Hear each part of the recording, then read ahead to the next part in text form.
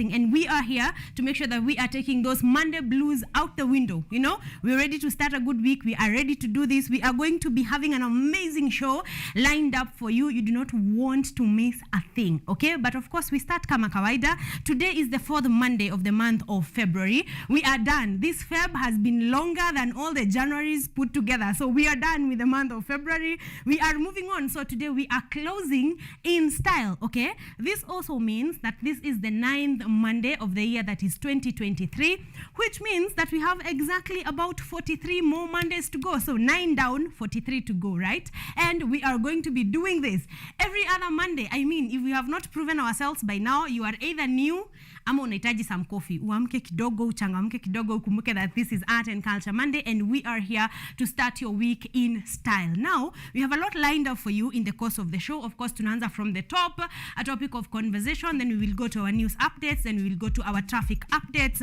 and then we will get into the heart of the conversation, because, you know, we are here to have some amazing conversations, and then we have some amazing guests who are going to be joining us shortly in studio, so you don't want to miss that conversation, okay? We are going to be talking about HPV vaccination. You're wondering what that is?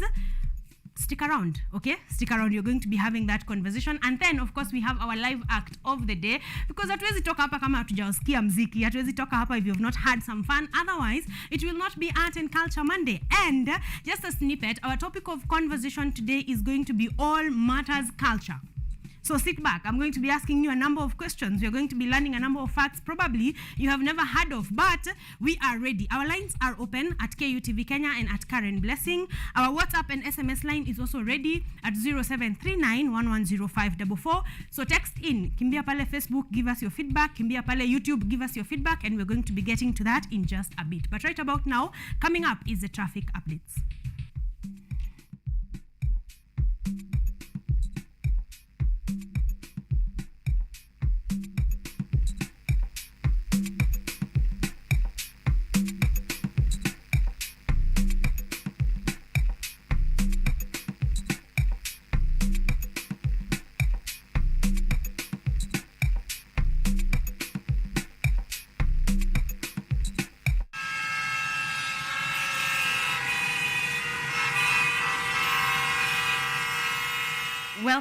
Welcome back, ladies and gentlemen. We are watching Art and Culture Monday from KUTV Kenya, and my good name is CARREN Blessing. And right about now, we want to take a look at what is happening on our roads, you know. Tujue hapa na pale kama utaendelea kulala, kama utaendelea kuwatch Art and Culture Monday, or if you're taking us with you on your phone, because we are streaming live right about now on Facebook and YouTube. So unaweza kimbia pale, look for Art and Culture Monday, and let's help you get through the traffic of the day, okay? So moving on, courtesy of Matri Route on Twitter, Thika Road traffic to town starts at Allsop, slowly moving. So Thika Road kama kawaida. You know this, guys. You know this. So moving on, someone else is saying, kuna mtu anasema watu waendelee kulala. Jam ya Thika Road inakungojea pale survey. So please, if you're using Thika Road this morning and have not left the house, you might need to stick around a little bit longer, because there is traffic on Thika Road. Moving on, someone is bringing across a very important point and asking, or rather requesting, please, that bush at the Wilson U-turn on Langata Road, it is a struggle for short people and small cars to see oncoming vehicles. So if it can be cleared, please, whoever is responsible for that, can you do that? Can you do that for short people and people with small cars? We will appreciate very, very much. Someone else is saying, Waiyaki Way past James Gishuru headed to Kino inahitaji lighting and footbridges. I couldn't agree more. Mika used that over the weekend, kidogo usiku, and it's not the best road, okay? So if you can please add some lighting, and also footbridges for people to cross. Otherwise, there'll be accidents there day in, day out. That will be very helpful. Someone else anasema, Mombasa Road this morning hatusongi, ni bumper to bumper. When will we ever get to town? Not to worry, you will get to town just in time. But like we said, if you can be able to wake up early, especially on a Monday morning, please go ahead. You will save yourself a lot of hectic movement in the morning, especially if you're headed into the CBD. I think that is about it, but I'm waiting for your feedback on 0739110544, and also on our online platforms at KUTV Kenya and at CARREN Blessing. Let me know how traffic is doing on your side.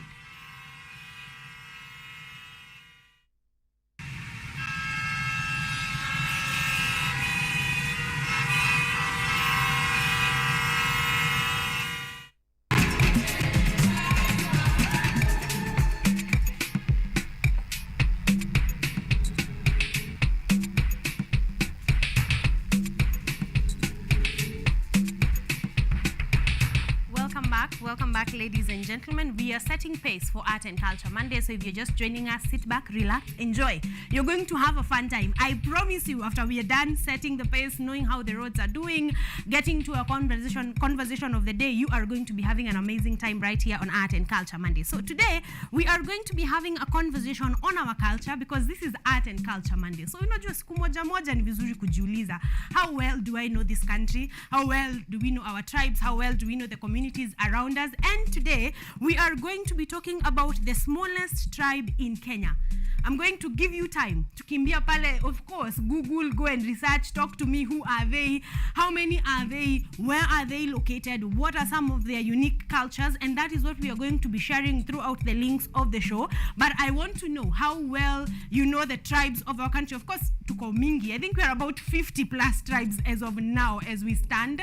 Of course, there are some, like the one we are highlighting, that are at the risk of extinction. They actually, one of the facts about this specific tribe is that they fear death. And not because death is scary in general, because it is, but they fear extinction. They fear that if they keep dying, they will go extinct, you know, they will no longer be known as a tribe in Kenya. So I want to give you that opportunity. Of course, I'm not going to be giving you much until the next link, but I want to know, what is the smallest tribe in this country? Please tell me about them, tell me where they're located, tell me what are some of their cultures that make them a unique people. Okay, so karibu to Art and Culture Monday. Today we are focusing on culture, and of course I'm going to be giving you some of what I have gathered in the course of the show, and you're going to be loving it because I was amazed and, you know, grateful that I got to learn about this and sharing it with you right about now. So talk to us on 0739110544 and on our online platforms at KUTV Kenya and at CARREN Blessing. Meanwhile, we are going to have a sit down with one of our first guests because they're already here. They're amazing people, smart, sharp, and ready to do this. We are going to be talking all matters HPV vaccination. If you have no idea what that is about, you're the person I'm looking for. We are going to be disseminating that conversation in just a bit.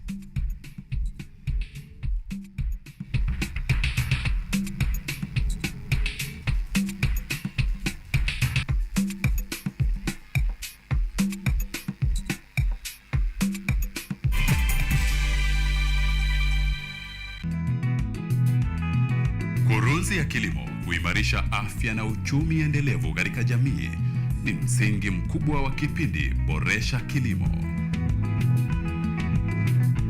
Kipindi hiki kinajikita katika teknolojia ya kisasa, utafiti na ushirikishaji wa wadau wa kilimo kuonyesha shughuli mbalimbali shambani. Kwa suluhu ya utoshelevu wa chakula, tazama Boresha Kilimo.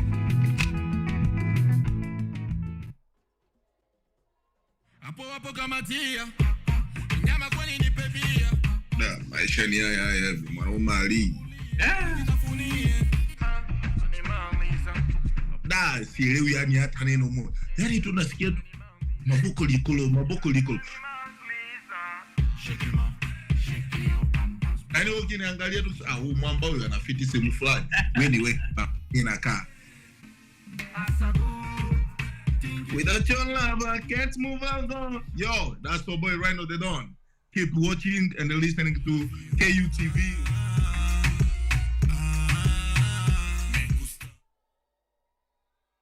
Lola ni programu inayokupa fursa ya kutizama video zozote pindi tu unapokuwa na nafasi. Hadithi za kukupa motisha, drama, maisha ya vyuo vikuu, teknolojia, masuala ya jamii, kuzuru maeneo tofauti, spoti, burudani na zaidi. Pata programu ya Lola sasa kwenye rununu yako kwa yote unayohitaji.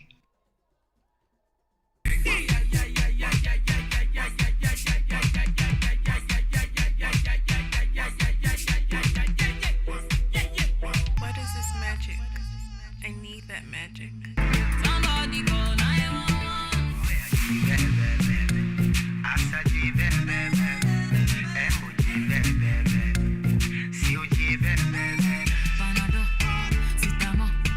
Anything for your girl, give me more. And I say my sugary body, dang, yo.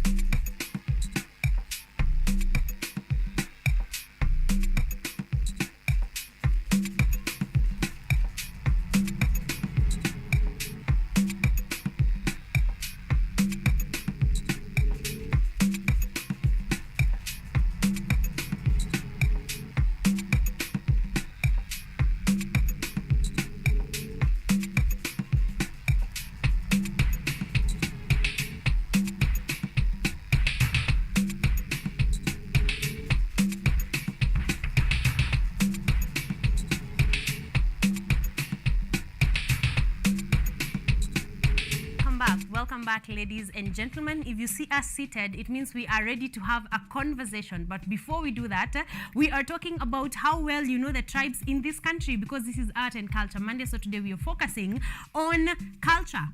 What is the smallest tribe in Kenya? We are talking about that. We are asking, who are they? Where do they live? How many are they in the country? What are some of their interesting, distinct cultures that they actually practice? That is the conversation we are having. And I'm going to be giving you this information, especially after our first launch. So stick around. But right about now, you can speak to us on 0739 110544, as well as on KUTV Kenya across the board. Instagram, YouTube, Twitter. You look for us. We are there as KUTV Kenya and as CARREN Blessing. So I am waiting for your feedback. At least mtu atuambie wanaitwa nani, then we will start from there and I will disseminate for you all the rest of the information. But right about now, my guests are already here and they're ready to have a conversation on HPV vaccination. So we want to know, what is HPV? Why should we get vaccinated? You know, why is it important that we actually go ahead and get HPV vaccination in just a short while?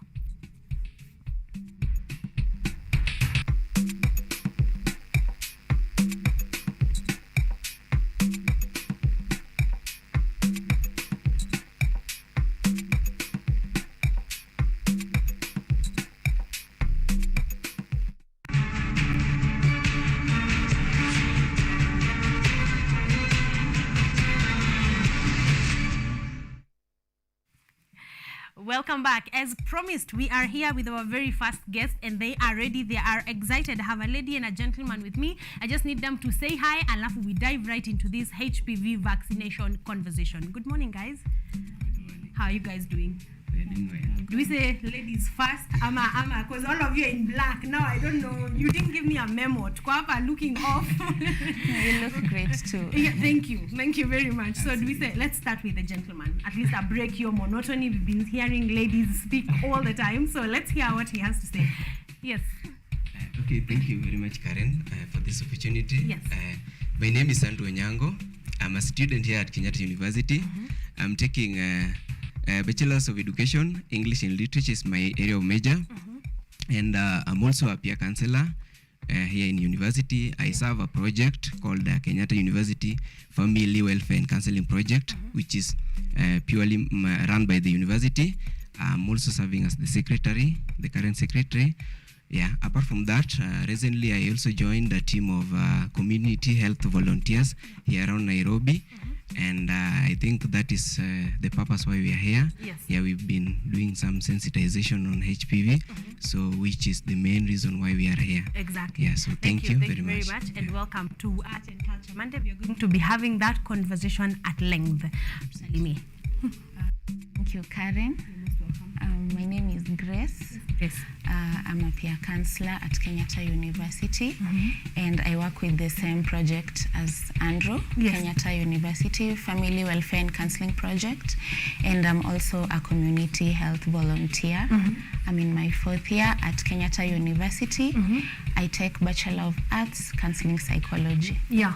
Yeah. Amazing. So in short, mnamaliza shule. Yeah. Mnafunga hii chapter. When are you guys finishing? Mnamaliza lini? Actually, God willing, in the next 7 weeks, we'll be done with the classwork. Then we wait for graduation this July, if things go well. Yes. And then after that, we go to the... Amazing. We are hoping that things do go well. Yeah, You know, thank as that July heavy, you're graduates and you're moving on. Thank you for joining us here today. It's always a pleasure to have peer counselors. You guys come here with information that is legit. You know, we come, we listen, we learn, and I hope that that is exactly what we are about to do right here on Art and Culture Monday. So let's start from the very top. I feel we wanted to start with cancer, but I feel until people understand what is HPV, we need to start from there. Then its relationship to cancer, so that we can have that conversation. So what is HPV? Let's start from there.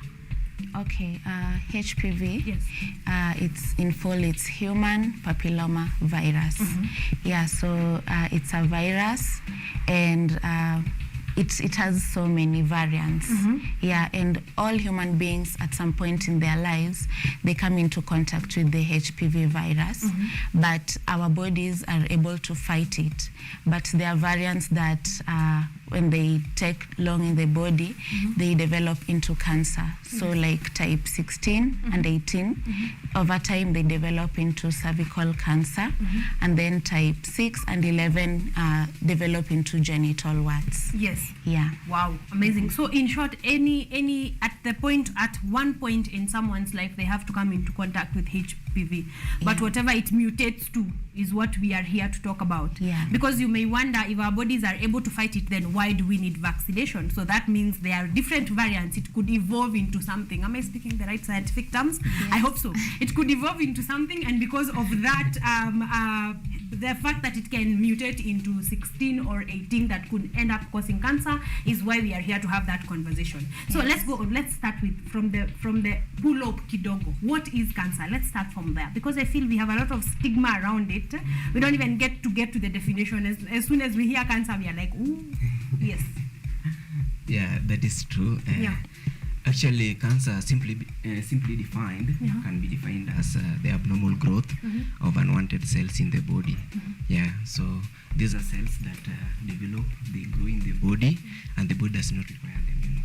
We have those cells that the body requires. Yes. But for the case of cancer, these are cells that the body does not need at all. Exactly. And then they tend to develop, some die, and then some develop, they develop like that, and then they come into something else. Yes. The so-called cancer. Yes, Yeah. exactly. Thank you. You know, I feel like when we disseminate this, it stops looking so scary. So it's just unwanted cells in the body. And I know it is scary because the process, we can sit here and talk about cancer for a lifetime. But thank you, like, for bringing it to, you know, to the bare, you know, definition of what are we dealing with. Exactly. Layman's language. Thank you very much. So what are some of the, let's start, Grace Mahali umetufikisha. There are different variants of HPV. Yes. What determines what variants HPV becomes? Ama ni inaamua tu mutate into whatever it may. It's like COVID. Yeah. Depending on the year that it was discovered. So that is the year that it mutated and it became something different. So it's named after those years. So Yes. 16, 2016, 18, 2018, like that. Yeah. Yeah, so it's like the variants we have heard of COVID. Yeah, the way COVID in 2019, now it's COVID-19. Exactly. Yeah. Andrew, what are some of the HPV effects in the body? HPV has very many effects in the body. Actually, it causes a lot of many other illnesses, Yes. the way my friend Grace put it. Yeah. First, it can cause, mainly it causes cancer, different types.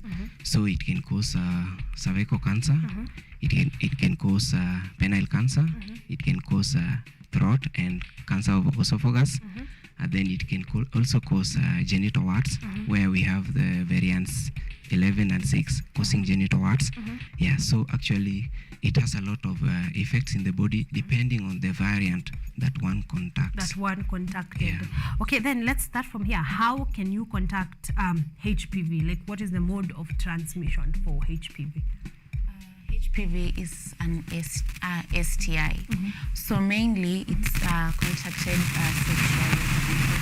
sexually, but also it can be transmitted by skin-to-skin contact with an infected person. Yeah. Okay, so that is where we are here, because as much as we would like to assume this conversation, most of you who are watching and who are here are sexually active. So we need to have this conversation so that we are not going back and forth on diseases that are untreatable or diseases that we could take a vaccine on and we didn't. So if you're wondering why we are here, it's because of that HPV can be sexually transmitted, and as most of the masses are sexually active, that is why we are here for that conversation. So as an STI, so let's go from why do we need vaccination? Ama, what does vaccination prevent us from? How does that prevent us from actually getting to HPV? The vaccine is important because, like we all know, prevention is better than cure. True. And currently, cervical cancer is one of the leading causes of death among women in our country. And it's important important to get the vaccine, especially for the young girls, because at that stage they are not yet sexually active. Yes. So that when a time comes when they're sexually active, their bodies are well equipped, their immunity is well boosted, and they are able to fight the virus Yes. when they come into contact with it.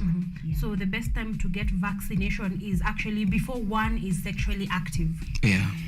So the vaccine is admitted to young girls in our country currently between the age of 10 to 14 years. Yes, and it's given in 2 doses.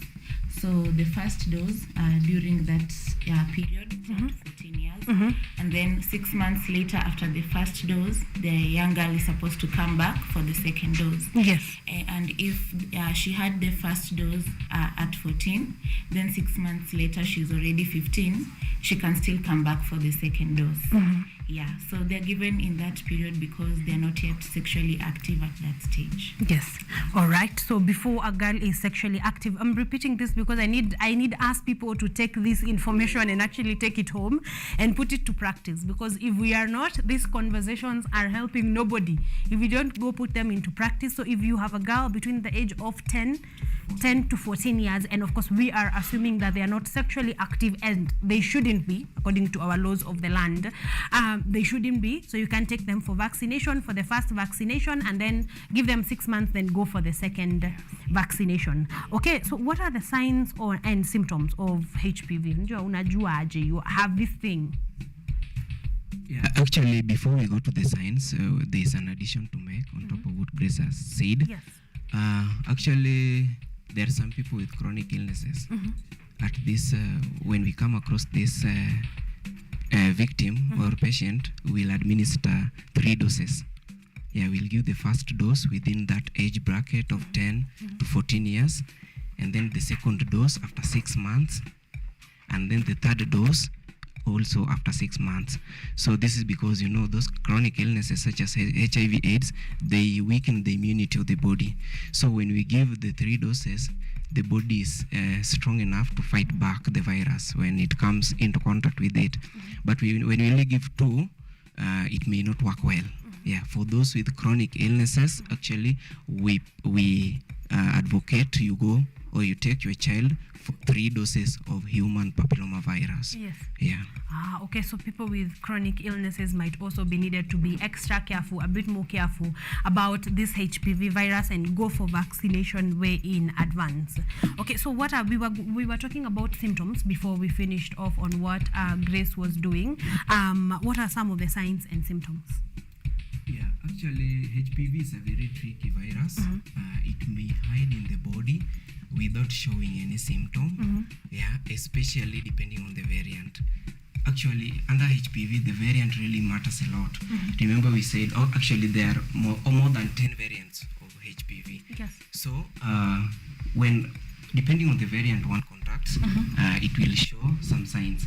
However, some variants may not show any sign. Yes. We said that at one point of human life, one must come into contact with HPV. Yes. And in most cases, there are no signs that one has come into contact with HPV. Even me, myself, or even any other person here might have come into contact with this virus, but no sign was sure. Yes. And then one could not tell that he or she has this virus. So actually, this virus, for the type 16 and 18, which causes cervical cancer, it can stay in the body for up to a decade or a decade and a half. That is 10 or 15 years, or even beyond that. Yes. So that when a child contacts HPV today at 14 years, then it will develop into cancer, full cancer, at around 30.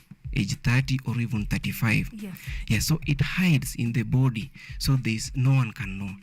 But when we go for cervical cancer screening, we can know that there is HPV in the body and it's still in its early stages. Yes. Yeah. So this means that this is exactly why we need vaccination. Because you see, if a disease does not have symptoms, you are likely to catch it very late, like later on, when now it has developed into cancer. Exactly. Sure, yeah. So then that means then that this vaccination is of utmost importance. Sure. True. Exactly. Yeah. Because I'm thinking if it can stay in the body for up to a decade, that is why then we are having a lot of women die from cervical cancer, because that has been in her body for the last 10 years. Yeah. And now she's finding out, and you know also cancer is time sensitive. So if you find it way later, that can also be a problem. I want us to talk kidogo about screening, because let's assume now we are talking, of course, I know some of my audiences who are listening are not between the age of 10 and 15. So what do we do? Like a person like myself or a person who is watching and they are above the age of that bracket, what can they be able to do matters HPV and cervical cancer altogether? So women above the age of 15, I highly recommend that they go for regular screening, at least once every year, to be safe. It's very important because it will help when they find the HPV in the cervix early, they're able to treat it so that it doesn't develop into cancer over time. Yes. Yeah, because most women actually are diagnosed with cervical cancer in their 30s. Yes. Yeah, so it means they contracted it way back when they were teens. So it's important to go for regular screening as ladies. Yeah, I think we can even make it like a date, like, yeah, today a group of friends, we are going for our cervical cancer screening. Yes. Yeah, because it's very important. Because that is actually one of the ways to remove the stigma that is around it. Because I think there is a lot, and we were going to talk to me about that. Where is there a lot of stigma along the lines of screening cervical cancer, to be specific? The one for men, what is it called? Prostate. Yes, prostate exams. Why is there a lot of stigma around it?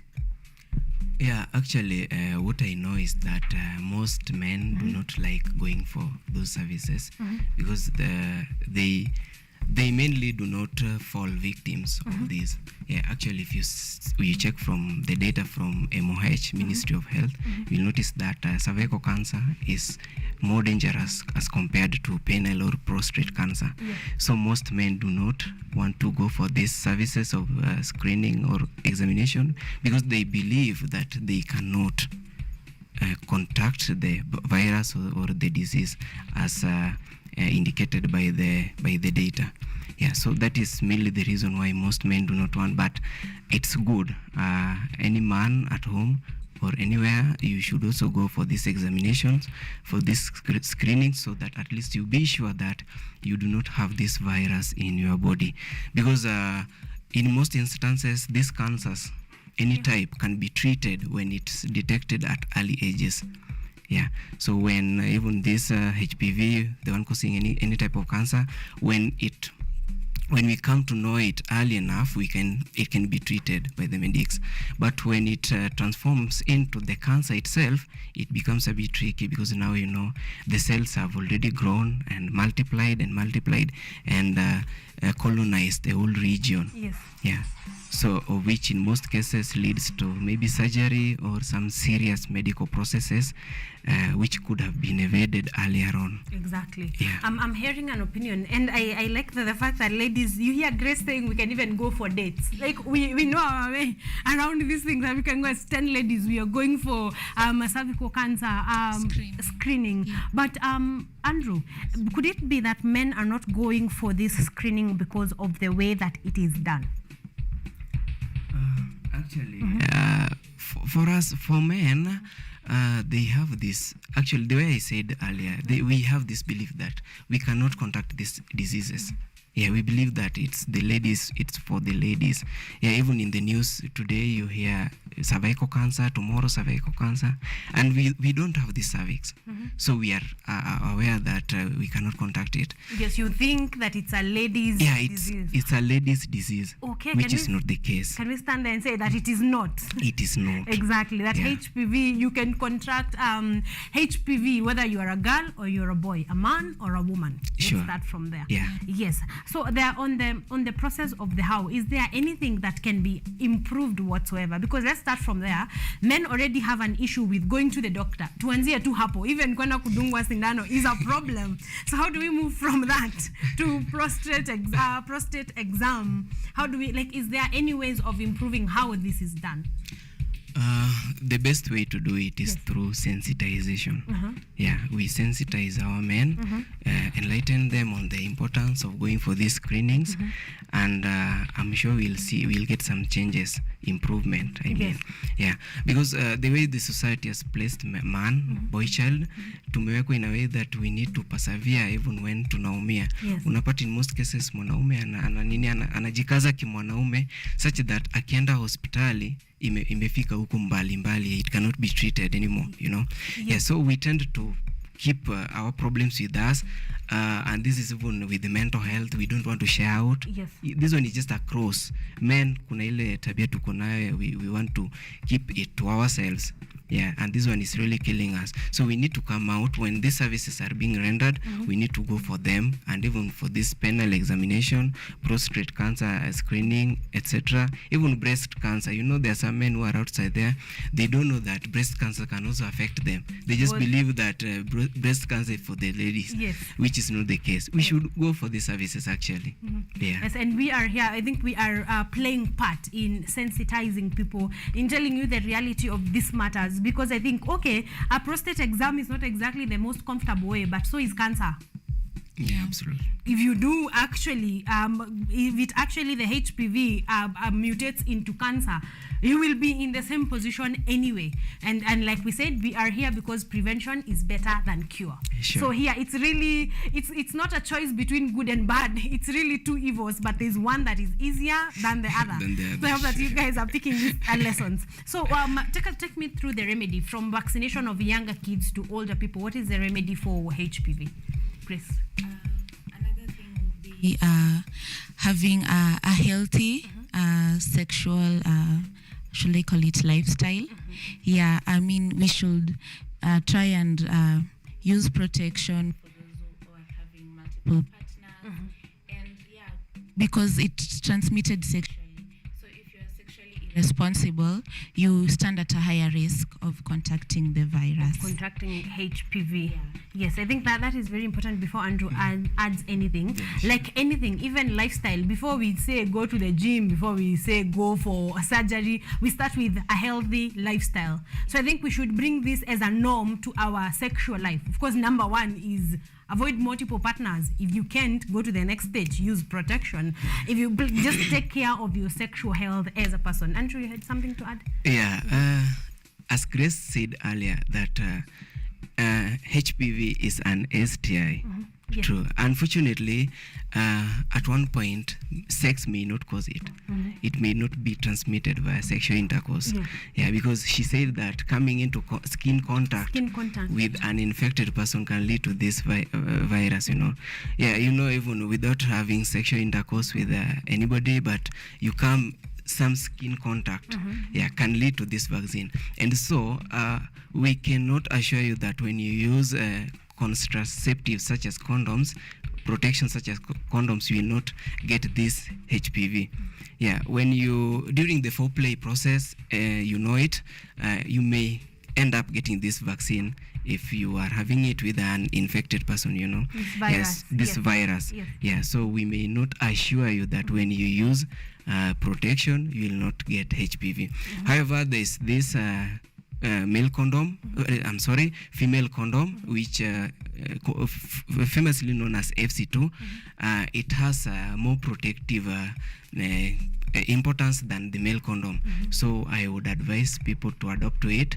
It's safer than the male condom because it covers most of the private parts of a lady, so there's less contact, skin to skin contact, unless from the upper part of the body, but the lower part of the body where the fluids are, something like that, there is serious protection, so it's good and more safe as compared to the male condom. So we can adopt to that, but we will not assure you that when you use any protection, you will not attract HPV. Okay, so then we are talking vaccination and regular checkups. That seems to be the way to go with HPV. Absolutely. Regular checkups so that you can catch anything early, and vaccination if you are within that age group. Absolutely. Okay, so as to any other vaccine, there may be some negative impacts of the vaccine, HPV. Take us through them. Yes, there could be side effects, but they are very rare. They occur in very minimal cases.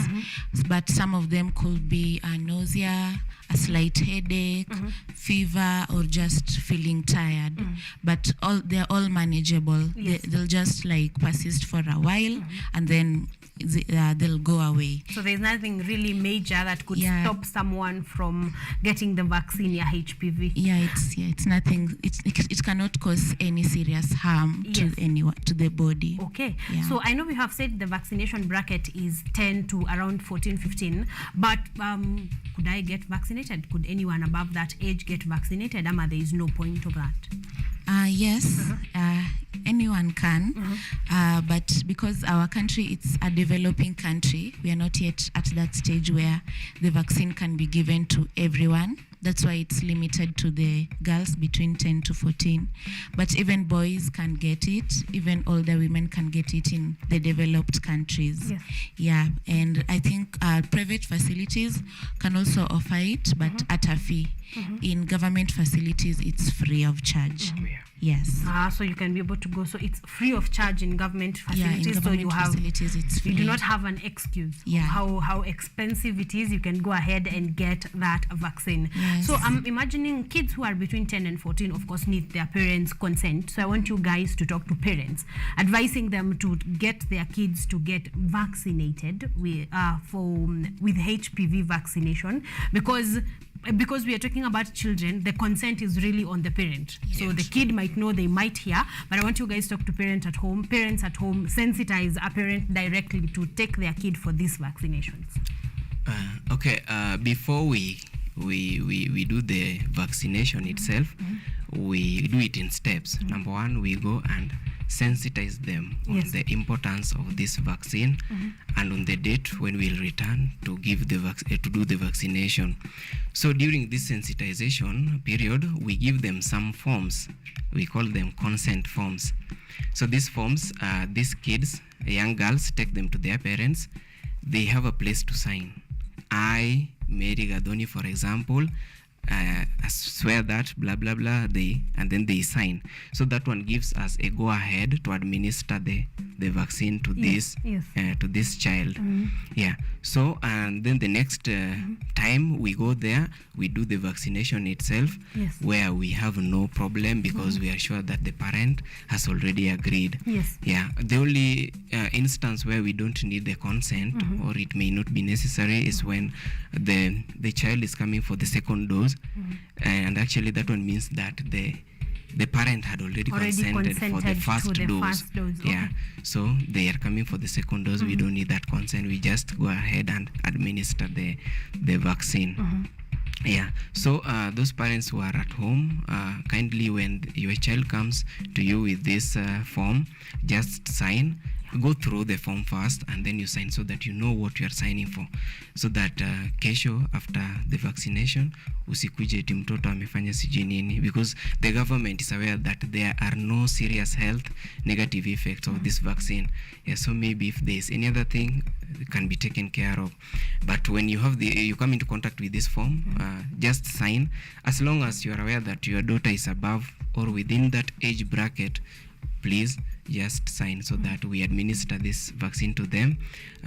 They become strong enough, the immunity becomes boosted, so that when they come into contact with this virus, they are capable of fighting it. Exactly. So is this vaccine just for daughters? Both daughters and sons? Well, thank you for that question. Actually, we are aware that in some countries, mainly developed countries, they do the vaccination for both boy child and girl child. And if they even go ahead and do it between age 10 to even 25 years. Yeah. Unfortunately for our country, Kenya, we are still developing, as Grace had put it. We are still developing, so the vaccines we have is not that much.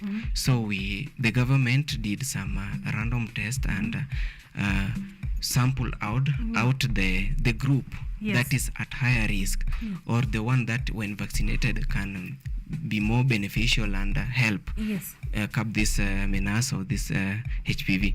So they came out with this age bracket of 10 to 15 years, girls, because the reason why they settle on the girls because cervical cancer is more dangerous than prostate or penile cancer, you know. Yes.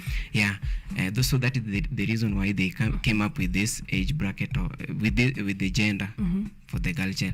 And then in terms of age bracket, actually Grace had put it that in most examinations, it's clear that most women who are suffering from cervical cancer are at age 30 Yes. and 40, between that age bracket. Yeah. So it means that they contracted this virus at around this age bracket. Yes. So when they get vaccinated now, it will help us to minimize that number. When they get to that age, the age of there is no case of cancer. Exactly. Yeah. Okay, I like that. I hope that you guys are learning as much as I am. I want to know, Grace, as the peer counseling group here at Kenyatta University, apart from sensitization, why you are here, apart from these interviews, what other things are you guys doing to make sure you're reaching out to communities and, making them aware, letting them come for these services? Okay, we do so many things apart from this. Currently, this week, we have a health week in partnership with KUSA, and we are doing a sensitization across campus on matters reproductive health. We're doing cervical and breast cancer screening. We are doing what else is that? We're also offering counseling services. We are teaching about contraceptives. Yeah, and we also have an office within campus at Business Student Center, room 272, where anyone can come during the weekdays from 8 to 5, and our services are there. So if a student comes there, you're going to direct them to where they can be able to get probably vaccinated or treatment, or even treatment for cervical cancer. How do you go about it? Yeah, when they come there, if it's a counseling issue that we can handle, we take care of it. But if it's above us, we are able to refer them to a professional counselor. Or if it's a health issue, we send them to, we are partnering with the Ghana clinics in KU. It's a reproductive health clinic. And we have professionals there who can handle matters vaccination, matters pregnancy, matters substance abuse with the counselors, and that's how we offer our services. Right, I like that. I think these are some of the perks or pros of studying at Kenyatta University. You don't just get your education degree, you get many other things. You get counseling, things on mental health. And can I just say congratulations to you guys and to your team. Just take it back, because you are very aware of matters sexual health and matters mental health. And I like that you guys focus on that, because as much as we may like to tell ourselves it's not happening, it's happening among college students. It's happening here. Our mental illnesses, mental health is a big deal, and I like that you guys are putting your foot onto that one. I want us to finish up, so I want us to learn about misconceptions, facts and fiction about HPV. What are some of the misconceptions and what are facts about HPV? On HPVs, we understand that there are some serious misconceptions going around the country. Some people are saying that when you get this vaccine, you will not give birth for the ladies. Okay. You that not give is birth. a fiction and a misconception. A misconception. Yes. Yeah, actually, it's not true. You are aware that before the government administers these vaccines, they do serious research on them, and then they confirm whether it has any negative effect on the person, on any person getting this vaccine. Yeah. So to put it clear, that is not a reality. What is there is that this vaccine is put forth to prevent HPV from developing into cancer. Yes. Remember, at one point we'll come into contact with HPV. So when you get it early, the body will fight it when you come into contact with it. Yes. So generally, there is no any serious negative effect of this vaccine. Yes. There is no any reported. And also remember that it's done across the globe. It's not only in Kenya where we do this. Even in America, Russia, and many other countries, they are doing this, and the vaccine is just one. Yeah. And also to add, if the government want to do anything silly. They can do it in many ways. Even the foods we eat, we have cabs that goes through them. See what? So if they don't want the population to increase, they know they have other ways of there are doing other it. ways. Even the polio vaccine they administer when the kid is just born, something like that, the BCG, etc. Yes. They can do those, but so in short, there is nothing like that. That is just a misconception. Yes. Let us remove that mentality from our girls and let them come for vaccination. Yeah, let us argue like some people who know, who Like have some learned facts. fellas. Like learned. I was trying to evade that word. Yes. Like learned fellas. Yeah, encourage them to come for the vaccine. Exactly. Grace, any other misconception? Okay, there are also some religions that forbid it because of the same reasons. They say it's injecting cancer into the body. Yeah, but all that it's not true. Exactly. Yeah, so let's learn, let's do our research, let's listen to Art and Culture Monday for having such conversations so that we can get our facts right. I wouldn't think, okay, why would anyone say a vaccine that is preventing cancer is causing cancer? Like, you need to think about it. You need to do kidogo research before you go there. You go out there taking misconceptions and not getting the right vaccination. I want us to close, and I want us to talk about culture, because today we are talking about culture in our country, and we're talking about the smallest tribe. Bado hakuna mtu amepata. I'm seeing some answers here mpaka watu wengine wenye si wa huku. But I want to know which tribe do you come from, and an interesting fact about your tribe. Kila mtu moja moja tukifunga. I don't know whether you can add me just 1 minute. I make some some information clear. Yeah. Actually, in Kenyatta University, we administer this vaccine at our health Ghana clinics. Yes, at Ghana clinics. Ghana clinics. Okay, if we understand that kuna wenye wajui Ghana iko wapi. Ghana clinics, on your way to the Catholic, before ufike you get your primary branch towards Benin Road. Hapo tu chini kuna Ghana 2, Ghana 4. Generally Ghana clinics, you will get this vaccine free of charge. And then also still around Kenyatta University, for those who are not staying on campus, you can get the vaccine wherever you stay. Kama uko hiyo area ya Wendani, we have the same services administered at Kenyatta University Teaching, Research and Referral Hospital. Actually, we were there the whole of last week doing the same sensitizing and administering the doses. At KUTTR, TTRRH, they do it at on Tuesday and on Friday from 11 to 2 p.m. And it's done outside at the main waiting bay, just hapo nje administration block before you get in hapo nje. They do it, and it's also free of charge. Alongside, they also do coronavirus vaccination. So when you kuendea corona, mnaweza take that advantage and go for the vaccine. Exactly. Yeah. Thank you for that information, because I know students in Kenyatta University are understanding the directions you're giving. If you're out there, you may not understand, but Kenyatta University Teaching and Referral Hospital is there for you, so you can also go ahead and get your vaccination there. I think that is as far as we can go in terms of referring them. We have also said that this vaccine is available on all public hospitals for free, and then also private hospitals at a cost, okay, at a fee. So please go ahead. You have no reason whatsoever to say that you did not get your HPV vaccination on time because you didn't know where to go. We have given you a number of places to go. Thank you, Andrew, for that information. I want us, before we go to social media handles, I'm not letting you off the hook. Which tribe, and what is an interesting fact about your tribe? Okay, as you can tell from my accent, I am a proud Luo. Yes. A proud one. Yes. Yeah, from Migori County, Rongo Sub-County, South Kamagambo, at a village called Nyaondo. Yeah, that's where I come from. Funny thing or interesting thing about my tribe is that we are proud of our tribe. Yes.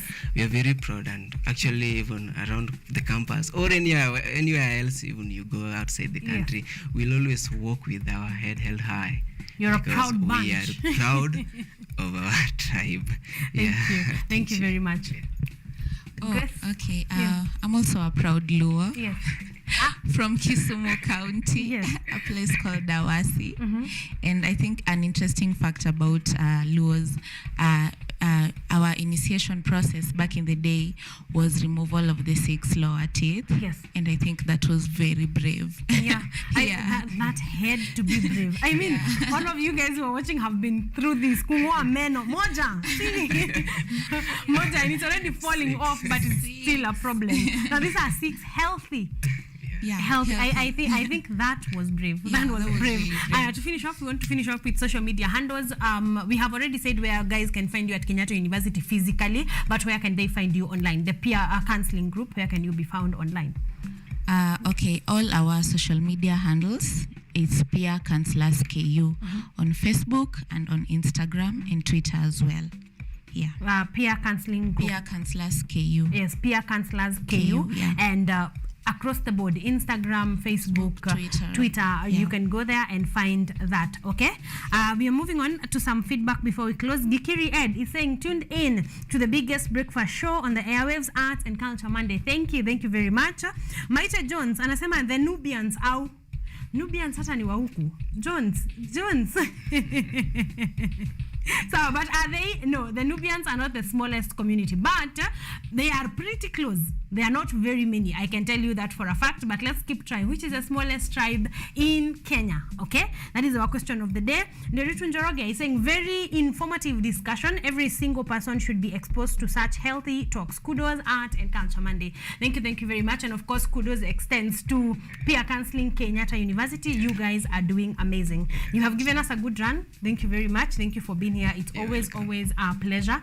We have not left anything unsaid. Right? Asanteni sana. It's always our pleasure.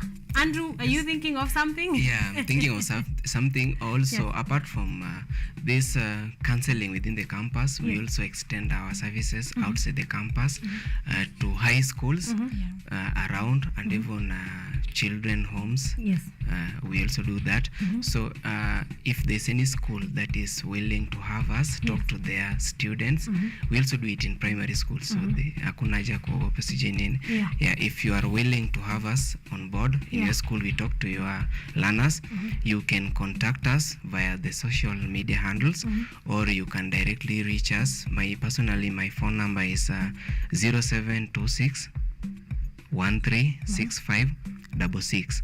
So you call, we'll know, we set the date for that counseling or mentorship program, so that we come and talk to those young souls. Actually, when they listen from their peers, it may be more impactful.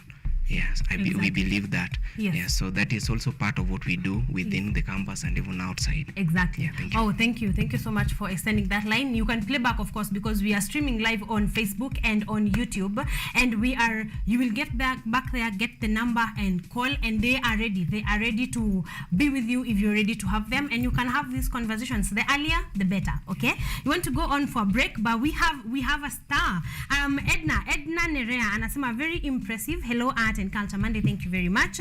I think El Molo are the Kenya's smallest group with around 560 people. Okay, we are going to be finding out if Edna has gotten it or not. But right about now, we want to take a short break. When we come back, we still continue with Art and Culture Monday.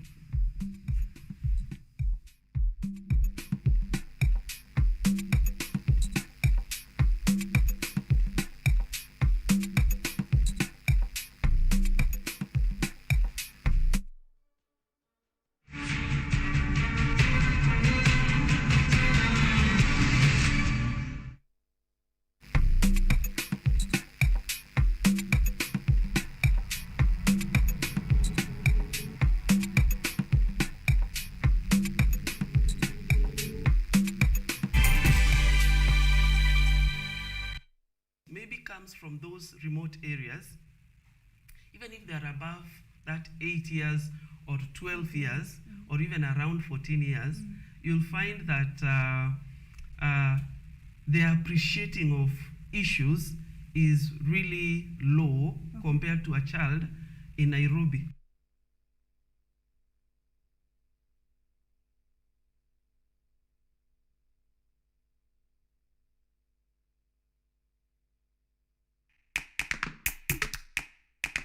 Baada ya kutafuta kazi, tunaweza kuanzisha miradi yetu ambayo ingetusaidia kubadilisha maisha ya wazazi wetu. Kwa vijana wenzangu wengi walio wana kazi, lakini ikiwa sisi wenyewe tutajiamini, tunaweza kujiajiri wenyewe. Afrika kwa kweli tuna mahitaji ambayo ukiyasuluhisha unaweza kuathiri watu kwenye bara hili bila woga. Watu huwa na uzalishaji zaidi, wanajawa na ujasiri, wanakuwa wabunifu na wanakuwa wenye maarifa. Niliamua kuacha kazi, hata kama sitafanikiwa, nitakuwa nimejaribu, nitakuwa najua haiwezekani. Hakuna kitu cha ajabu hapa. Kila anayepata ufanisi hufanya kazi usiku na mchana. Ni kitu kitakusukuma na kuwezesha kupata maarifa ambayo hukuwa nayo. Tunajaribu kutengeneza kitu kitakachopita mipaka nchi hii. Ikiwa unataka kubadilisha ulimwengu, anza na nyumbani.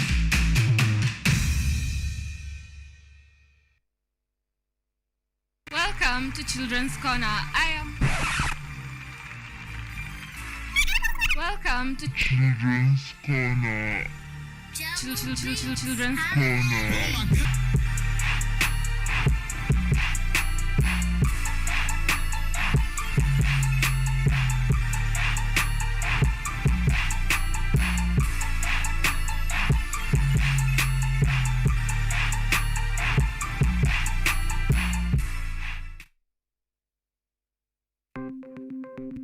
Maelfu na maelfu ya wahamiaji wakiwa na watoto kutoka nchi za Amerika ya Kati wanaendelea kuwasili kwenye mpaka kati ya Marekani na Mexico.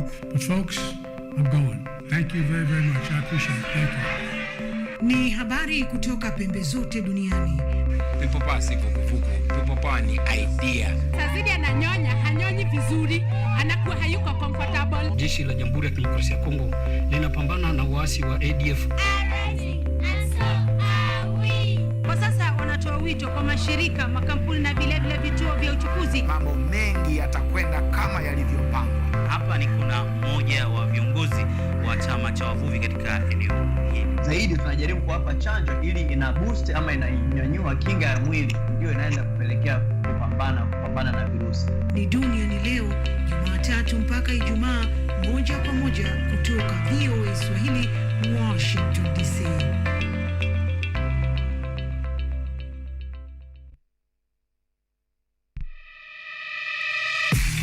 What's up, fashionistas?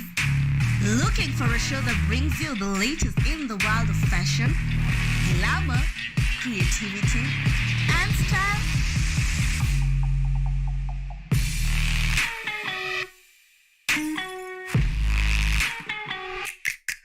Fashion Diaries got you started as we explore street fashion, modeling, runways, red carpet events, and so much more.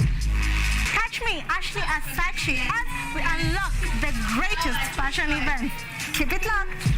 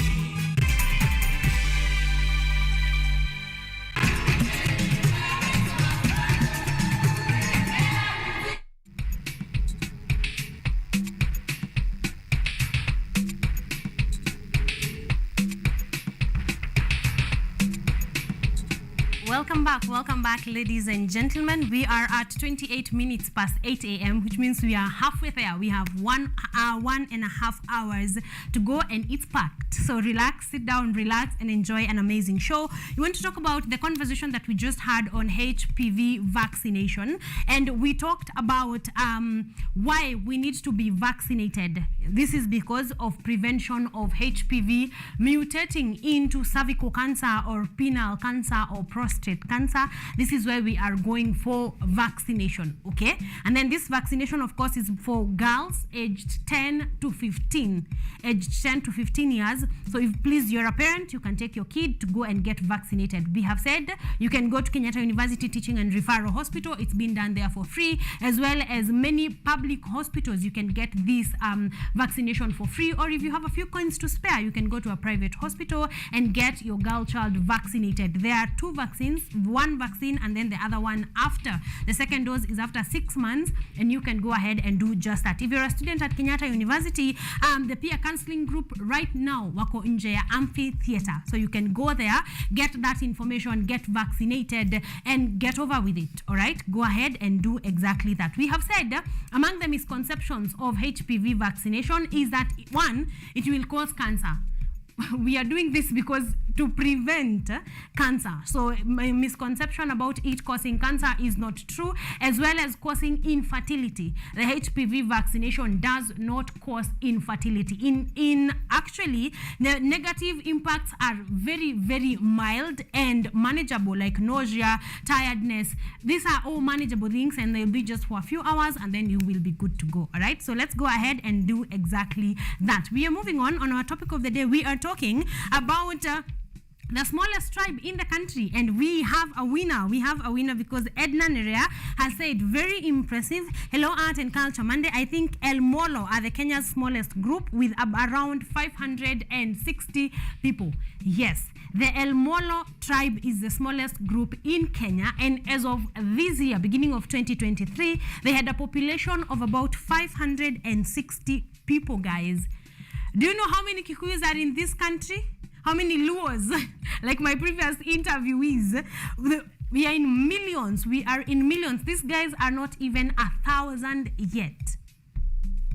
560. And this is why I told you one of the interesting facts is that they are actually afraid of dying. Not the general fear of dying, but they are worried that their community might go extinct if they die. So let's get down to it.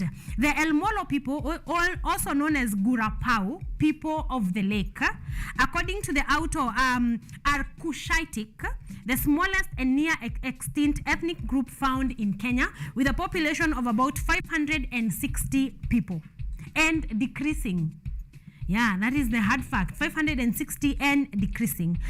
They are the most skillful, hardy fishermen amongst the mostly semi-nomadic pastoral tribes around Lake Turkana. So, unlike their counterparts in the area, they are not exactly nomadic. They don't do cattle herding. They are mostly fishermen, and they are very experienced at fishing. So that is one interesting fact about this community. So, this is the thing. Unlike their neighbors, the El Molo are not pastoralists and rarely eat meat. Among them are Maasai. The El Molo loosely means those who make a living from other sources other than cattle. So they are the unique group, like, because even if you see some of their pictures, they look like the Maasai community, but they are not exactly like the Maasai community. Okay, the Samburu identify them with fish from the place Lo Molo, which means the people who eat fish. So like they are like the fishermen of the Turkana community, who are mostly pastoralists or cattle herders or people who keep cattle for food and for, you know, their trade. So that I found that to be very interesting. You can easily confuse them to the Maasai community, but they are not. They are a different community or a different tribe that is called El Molo. I'm going to be going further with that conversation, of course, as we go by. Those are already a few interesting facts about that tribe.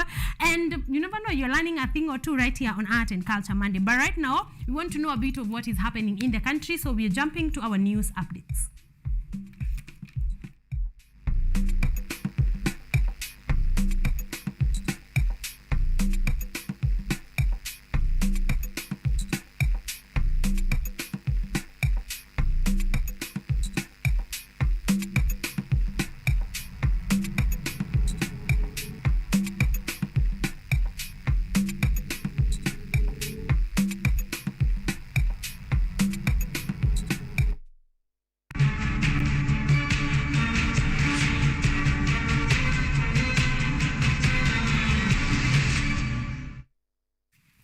Welcome back, ladies and gentlemen. You're watching KUTV Kenya. The show is Rise Today Art and Culture Monday, and we want to take a look at what is happening in the country, to keep you up and posted about everything that is going on. And to start us off, President William Ruto has said that in the next 3 years, every household in the country will have a gas cylinder. Ruto was speaking during a church service in Mpeketoni, Lamu County on Sunday, where he also said that plans are in works to make sure that this target is met. The president also maintained that his administration focus is on pressing economic challenges, saying he will not spare time to engage in petty politics. Muksin Mohammed with that report.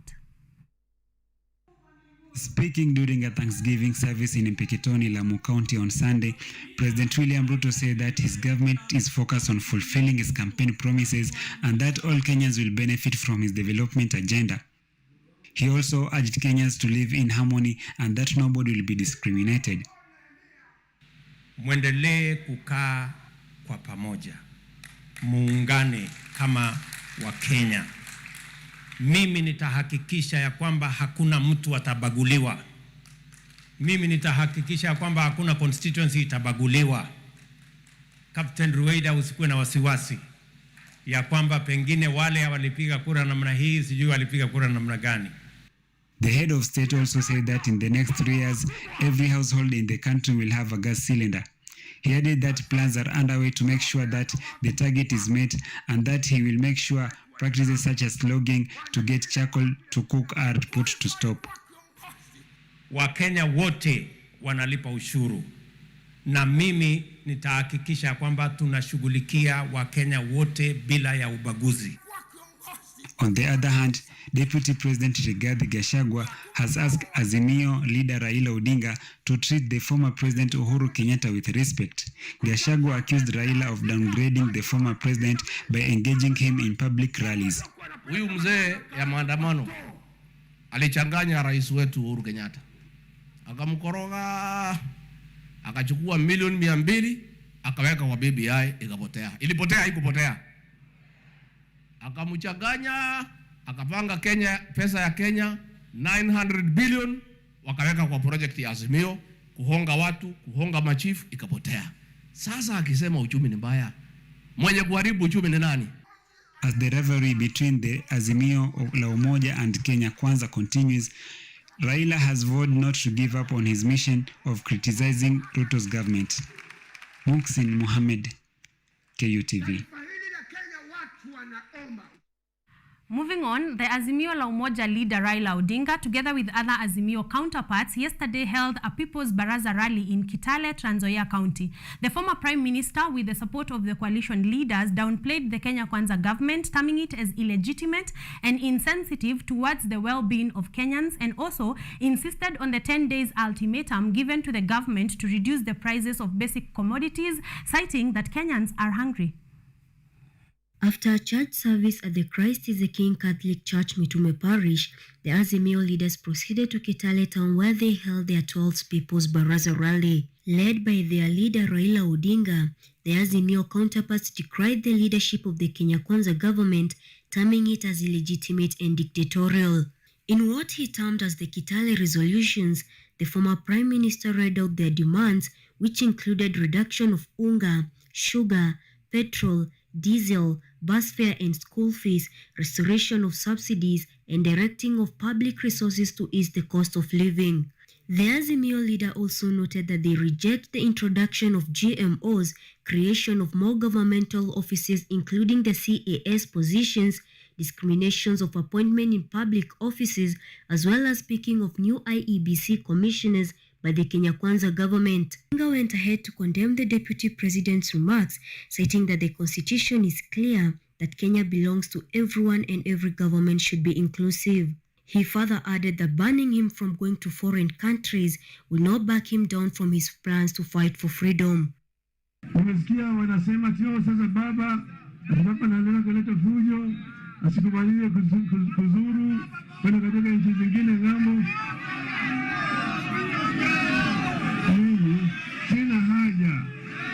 Sina haja, lakini sisi ni Wakenya.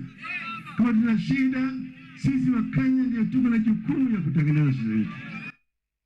Other Azimio leaders, including NA Kenya leader Martha Karua and Wiper leader Kalonzo Musyoka, while showing their support, added that Odinga doesn't need to travel as Kenyans need him. Na kama kwa maono yako ukifikiria mahali kuzuri ni Ulaya, sisi hapa Kenya ndio kuzuri kushinda mahali ingine. Ambao wanasema ati Raila hawezi kwenda, hawezi kusema, ni wao wenyewe wanapiga debe zao wenyewe. This rally being the 12th of its anti-governmental rallies, Azimio la Umoja still holds on to claims that they won the last presidential election. Ruth Wanjiru for KU TV. Moving on, the Kenya National Commission on Human Rights is undertaking a capacity building of the alternative justice mechanisms across the counties. According to the Kenya National Commission on Human Rights Deputy Director Laban Cheriot, the focus is to empower duty bearers, including the Interior Ministry through chiefs, National Police Service, elders, religious leaders, and other stakeholders. Cheriot was speaking in Embu County, where he encouraged residents of Embu to embrace alternative justice resolution mechanisms on allowed disputes, adding that it will reduce the backlog from the courts. That when we embrace the alternative dispute resolution mechanisms, we are able then to bring a win-win situation. We are also able to bring down the cost of litigation and also the time of litigation. And so the objective of this training is to ensure that we enhance the capacity of the duty bearers. The realization is that there are a majority of disputes that are resolved outside the formal justice system as we know it. Even as we are having this conversation, thousands of people are seated somewhere resolving disputes. So for that reason, it was thought important to consider how these people are resolving those disputes and support those alternative justice mechanisms. Moving on, Kirinyaga County Government has launched a massive revenue mobilization campaign that seeks to boost collection and prevent funds privilege. The campaign, dubbed Mapema Ndo Best, aims at boosting revenue collection by getting all the traders to honor their obligations by paying necessary levy due to the county government before the March 31st deadline. The campaign also seeks to reinforce Governor Anne Waiguru's directive on cashless payment system. Traders and property owners have been asked to embrace the cashless-based culture by paying county fees such as parking, land rates, business permits, and market stall fees, among others, through electronic payment.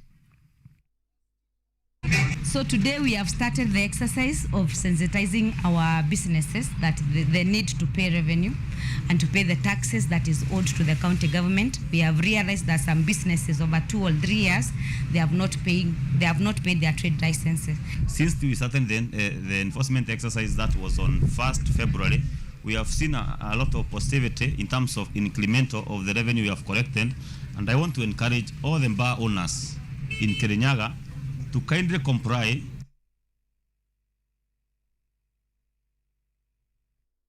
The government has reaffirmed its commitment to support in reconstruction of the multi-million resorts raced down by fire in Watamu, Kilifi County. Tourism Cabinet Secretary Penina Malonza said that the government will begin with compensating the small traders who had curio shops near the Mbuyu resort and then look for ways of helping the resort owners.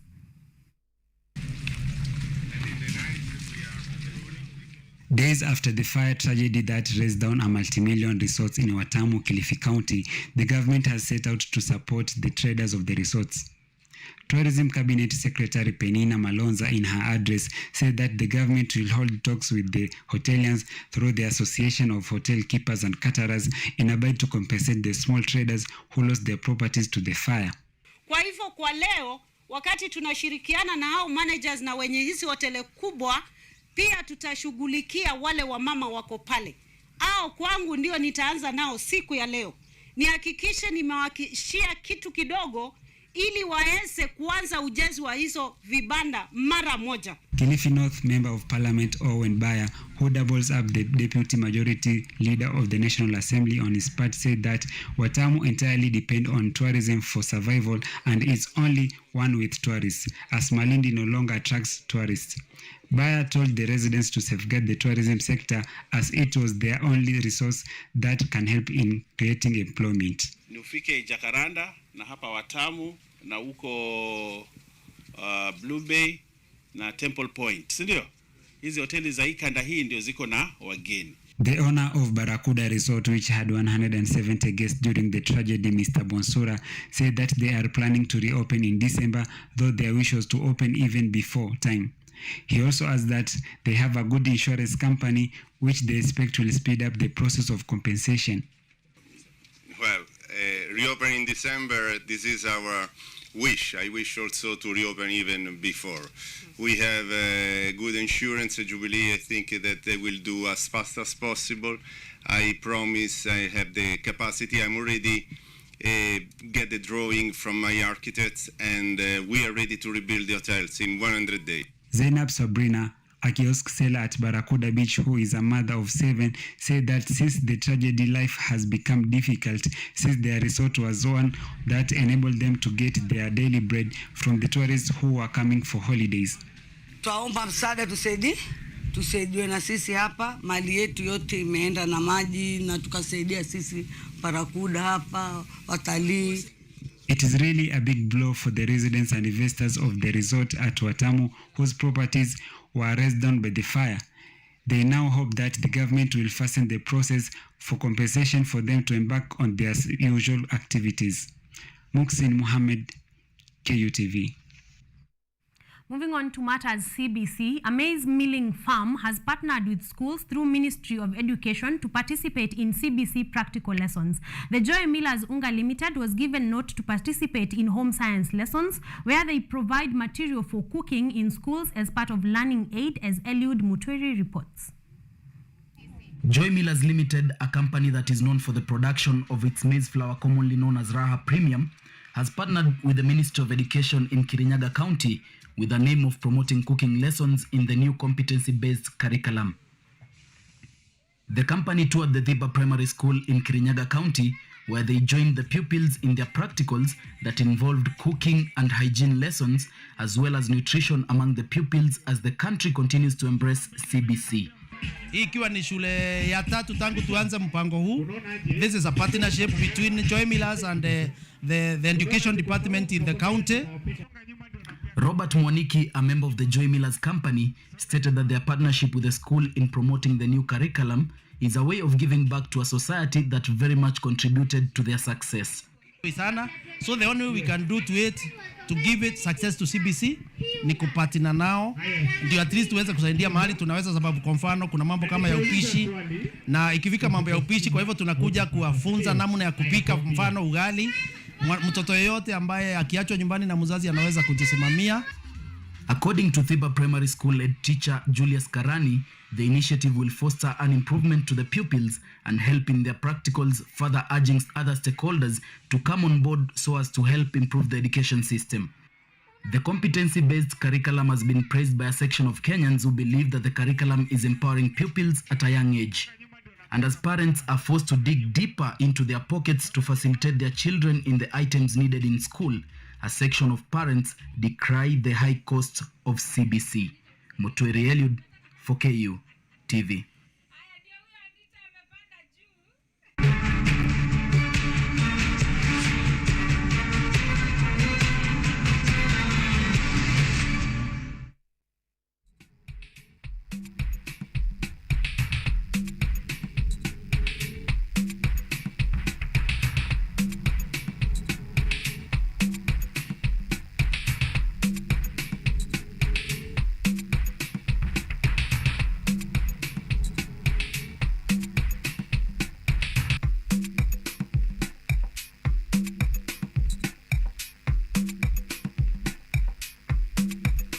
Welcome back, ladies and gentlemen. That story brings us to the end of our news updates, but not to worry, because more updated pieces will be coming to your screen later in the day. So keep it KUTV at 9 a.m. at 7 p.m. and 9 p.m. You're going to be getting more updated pieces. So stick around, stick around for that.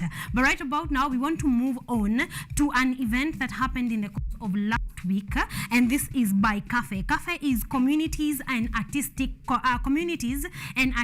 participation in hybrid environment. This CAFE has been participating in ghetto classics and dance workshops and joint concert project by Federico Badazi and Eric Ochieng. So this was going on over the course of last week, and ghetto classics and dance Korogosho Nairobi, Kenya, they had a sort of a mingle to have performances together, and this is really helping because, like we know, Korogosho is a slum, so they're trying to get slum kids into art and participating fully into art, and even moving on to art that can actually pay, getting these children out of the ghetto environment and giving them something to do. We have 2 performances on this one, and the first one is on Luanda Magere. That is what we want to listen to before we move to the second performance right about now.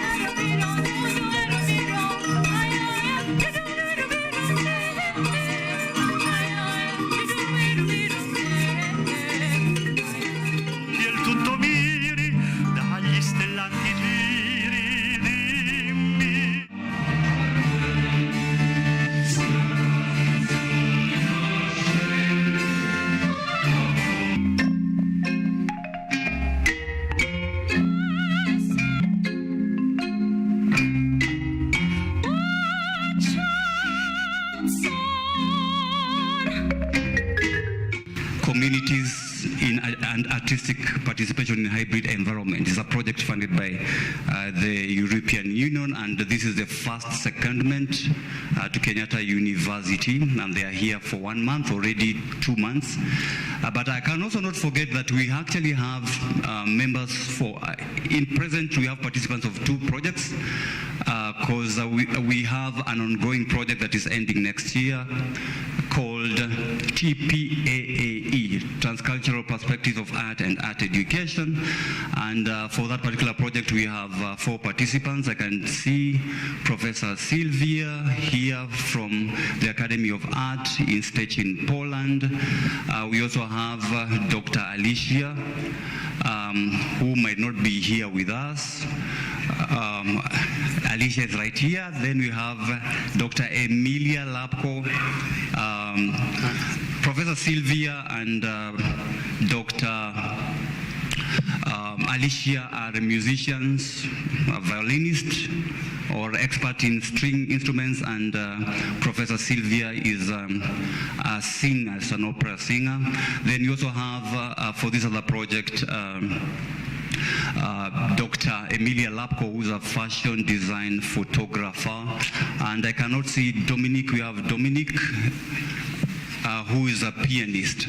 So that is the nature of the 2 projects that are ongoing, and coincidentally the secondments were in Kenyatta University this time around. So here we are congregated to witness this fusion of cultures between Kenya and Italy. And like I said, you have 2 stories that have the same kind of storylines dealing with similar legends, Orfeo of Ali Baroque and Luanda Magere of Kenya, a Luo legend whose music has been set to opera for the very first time by Dr. Elijah Odongo of our Music and Dance Department. Enjoy the performance.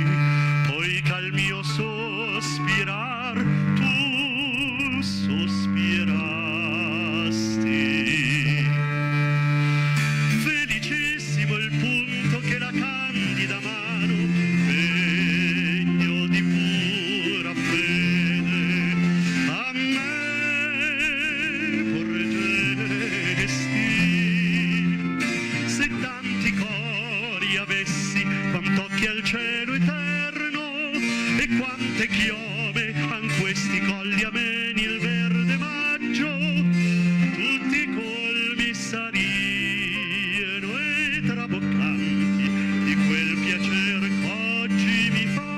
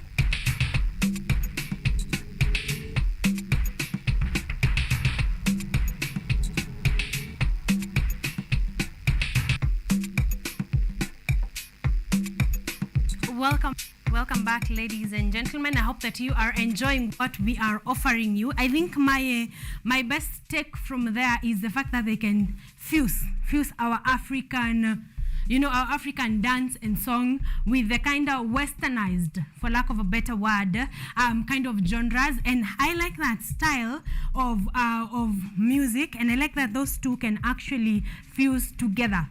That is a very interesting aspect, and I hope we are ready for the next one because it is a classic in conjunction with the Korogosho kids who are doing amazing work. So right about now, we are hearing the second classic.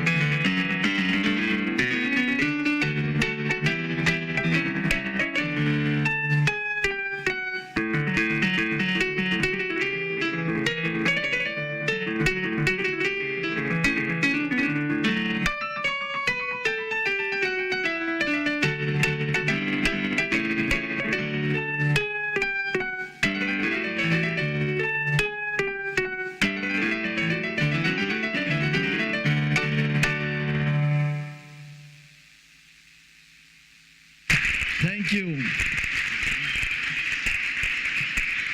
Thank you, Andrea Nicoli, Andrea Bareggi, Mozart. Thank you very much.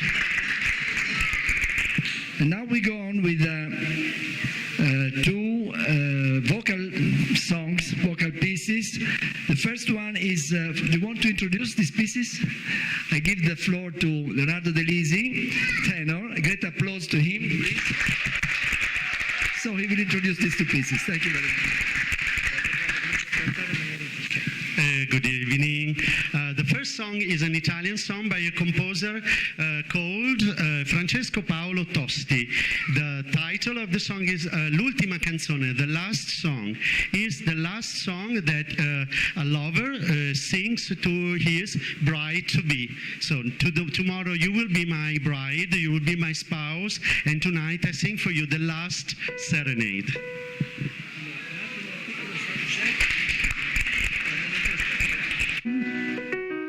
Okay.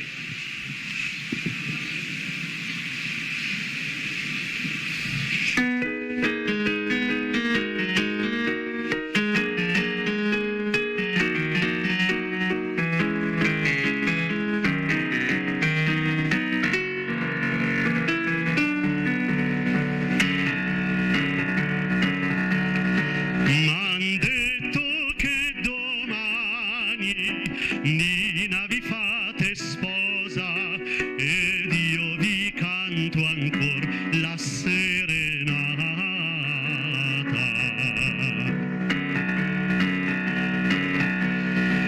Là nei deserti piani, là nella valle ombrosa, oh quante volte a voi l'ho ricantata.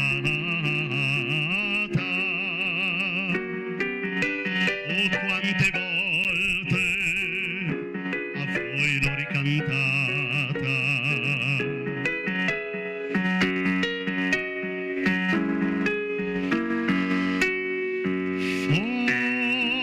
Foglia di rosa, o fiore d'amaranto, se ti fai sposa io ti sto sempre accanto.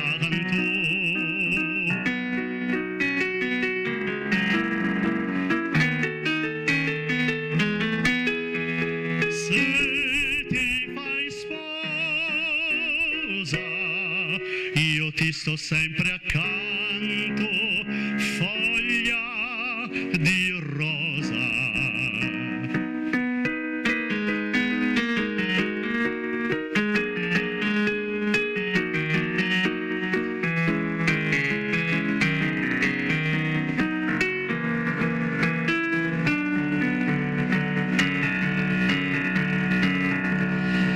Domani avrete intorno feste, sorrisi e fiori, ne penserete ai nostri vecchi amori.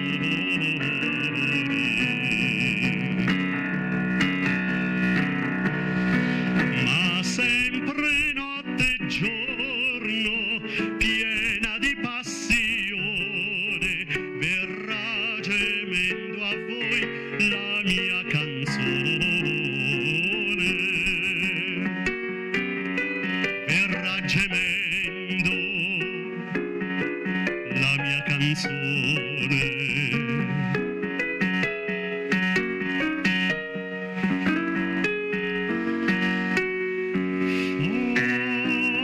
Foglia di menta, o fiore di granato, Nina rammenta i baci che ti ho dato.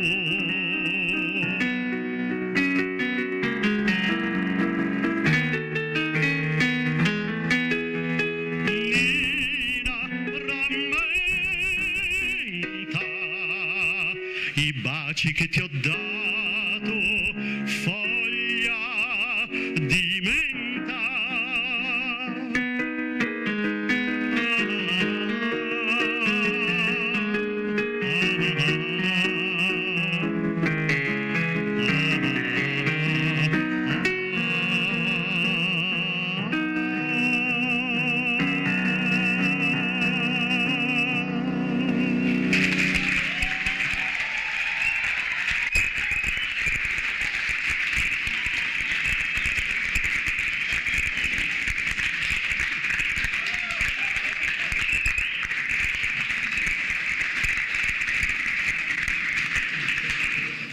The second song is a German song by the composer Richard Strauss, and is called Alle Seelen. The text speaks about the day we devote to remember all the dead ones, all our ancestors and the family who are not there, the day dedicated to the dead one. And the composer and poet are full of love and very good memories for these people.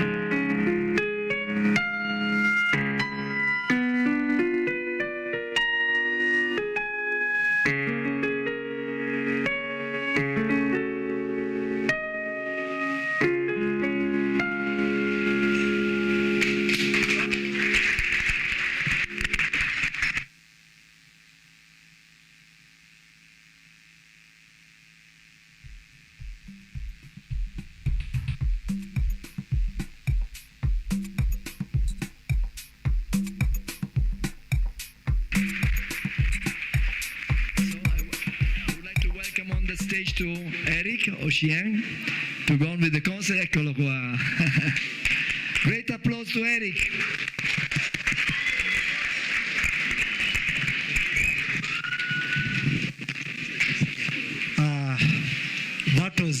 That was amazing, isn't it? I enjoyed the two performances. So for now we are going to play with the orchestra. But before that, I want to welcome the choir to sing something for us. And we also play with the choir. So for those who don't know... Ladies and gentlemen,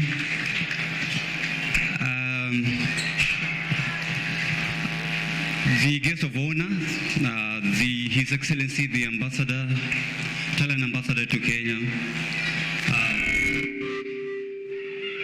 invited guests, the community, participants of the CAF project, this opportunity first to thank Federico for linking us to this community. Indeed, the aim of the project is to link not only the academy, I hope you can hear me, not only the academy, but various participants with the community. And what you have seen today is a good illustration of how a community works with not only academy, but people also from other parts of the world. So Federico, we thank you immensely for linking us with Ghetto Classics, and we believe that this is the beginning of a long-lasting relationship between not only Opera Network and Conservatorio Puccini with Ghetto Classics and the choir, but with the community in Kenya entirely. This indeed is the real community, and through music, of course, we know music is the universal language of humankind, and we've been able to see the power of music. You may not be able to understand anything, but you feel the music. And for Eric, just to thank you for using music to empower the community. Indeed, true power is the power to empower others. Thank you. Thank you, John. I would like to thank also the founder of Ghetto Classics, Elizabeth Jorogen, but I don't know if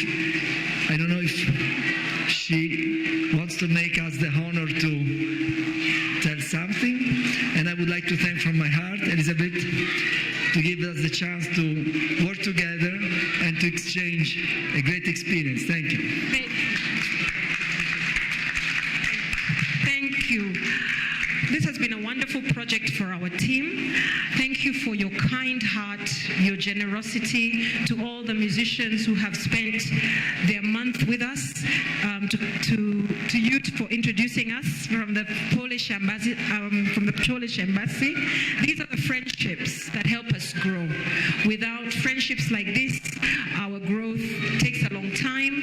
You help us to grow in terms of teaching us the art form, in terms of getting us equipment and helping us build our children. This project started almost 15 years ago, by chance actually.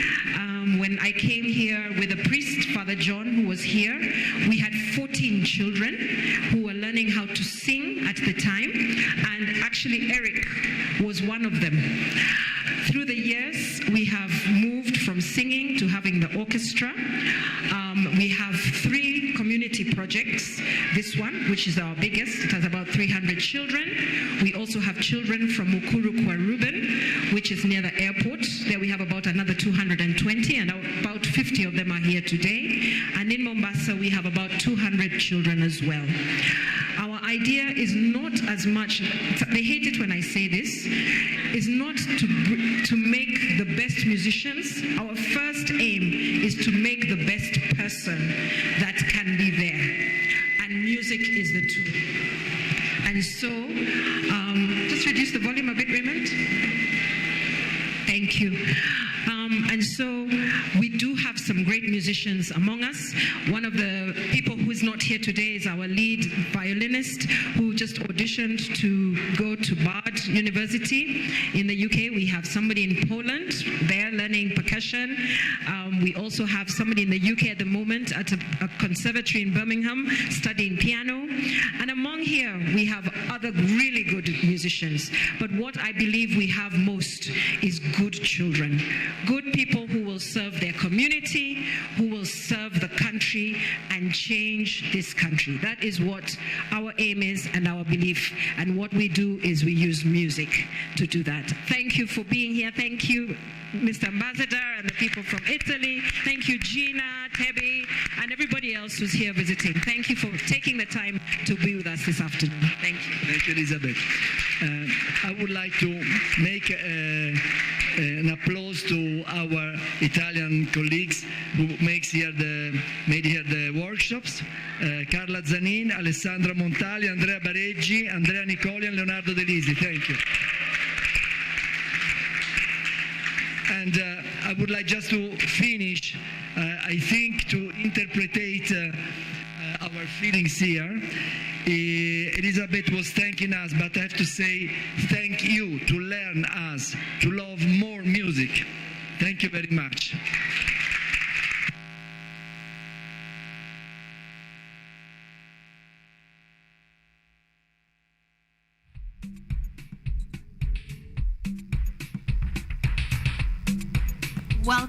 Welcome back, ladies and gentlemen. We are at 24 minutes past 9 a.m., which means we are headed to the top of the hour and the end of the show. I hope that you are picking 2 or 3 things from the performances that you're hearing. Of course, the best pick for this one is that they are helping actual kids, doing actual work, not in theory, helping actual kids. I've also had a number of people have traveled abroad to go learn the piano, learn to be part of an orchestra, learn a few things, and I am most grateful for such a relationship, that we can be able not just to take what comes from the West, but also to give our own culture and to actually get opportunities to go there and learn a bit more. And when we come back here, we are way better, aren't we? We are. So I am truly grateful for that. We are moving on to El Molo. We have been talking about the El Molo community. Before we go on a break, I want us to learn a few more things.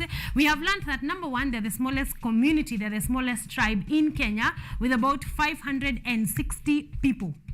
Only 560 people, guys. This is not even 1,000. That means they're a small community. And also, they actually live in Komoto Island in Takana. They live in Komoto Island, and they are gathered up in only 2 villages. One which has about 240 people and another one around 270 people. Just 2 villages, nani hivo. They are done. I think they're a very interesting community. They look like the Maasai. They have some few similarities with the Maasai community, but they are not Maasai. They are El Molo.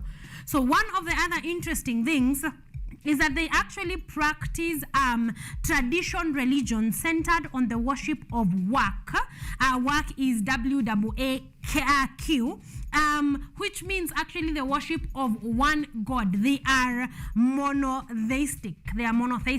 And that is interesting because most cultures believe in many gods, different gods, but the El Molo community believe in the worship of one God, and they call that worship Wak.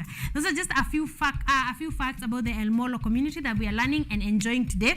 But right about now, we want to go to a bit of feedback because you guys are actually communicating to me, and then we go for a short break. Let's see.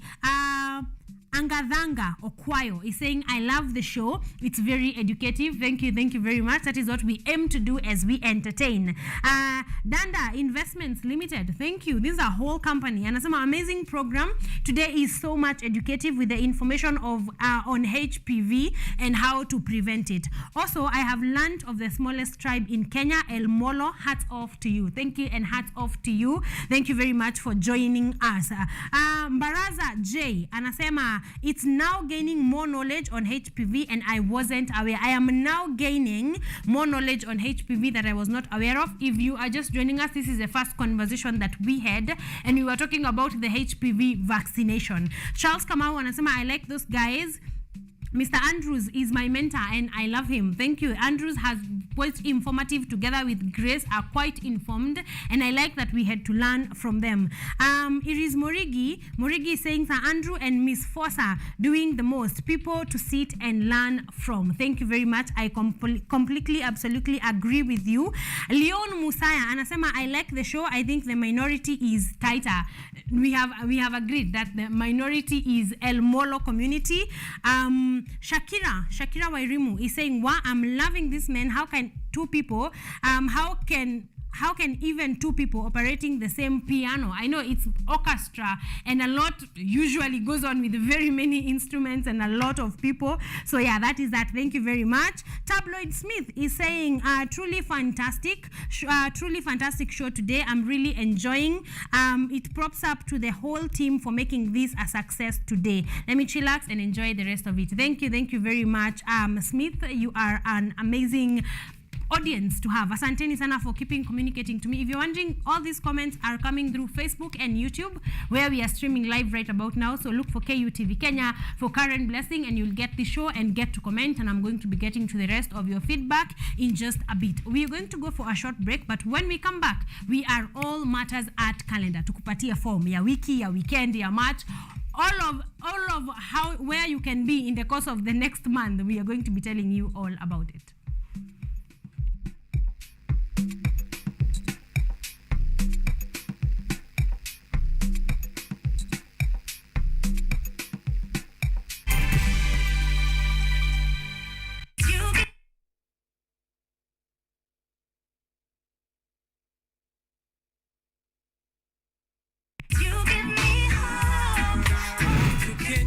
This is my jam down.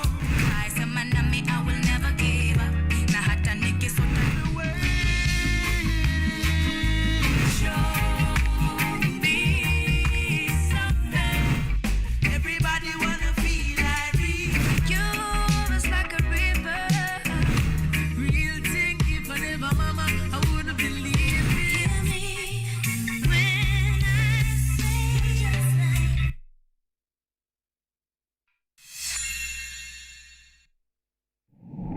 You need to look for high quality friends. I'm from Kingston, Jamaica, you know Portmore. That's my village. Kanga tu chini hapo ukinyethia ukikatia mademo akipita. Sinaweza saa hii nimekuja kukopesa job.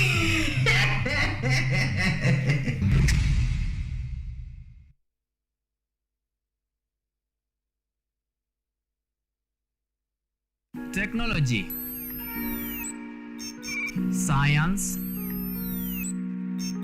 innovation, ICT and research. These are the ingredients upon which the solutions to the 21st century problems are founded.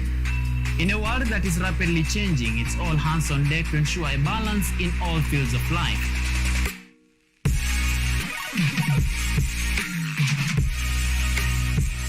Women, young and old, are also in the front line, breaking the glass ceiling, becoming thought leaders in the larger tech space. Not forgetting other societies marginalized. And when the tech Avengers come together, we inch closer to a much safer, efficient, and sustainable world. What we view as a norm in today's advanced world was just an idea, and for nostalgic reasons, we trace back to the iconic days to bring you the retro tech. On Technovation Show, we encapsulate all the pillars of the fourth industrial revolution, decoded in a language, all for one for all. Every Monday at 8:30 as we push the mantra, keep learning something new each and every day. Only on KUTV, a new experience.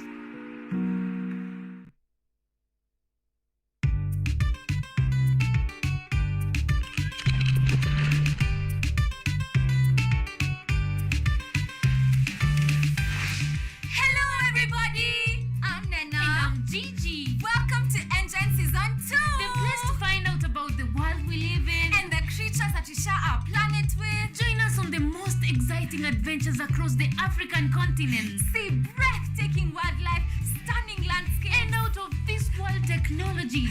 Meet incredible scientists and learn fantastic facts. Explore, discover, be amazed. Be part of the next generation of African change makers. Be a part of Engine, Africa's #1 science discovery program. Yay!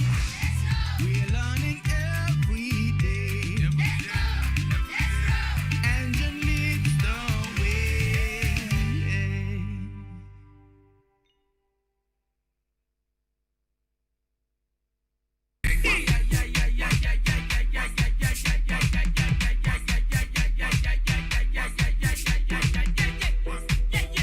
What is this magic? I need that magic. Somebody call 911.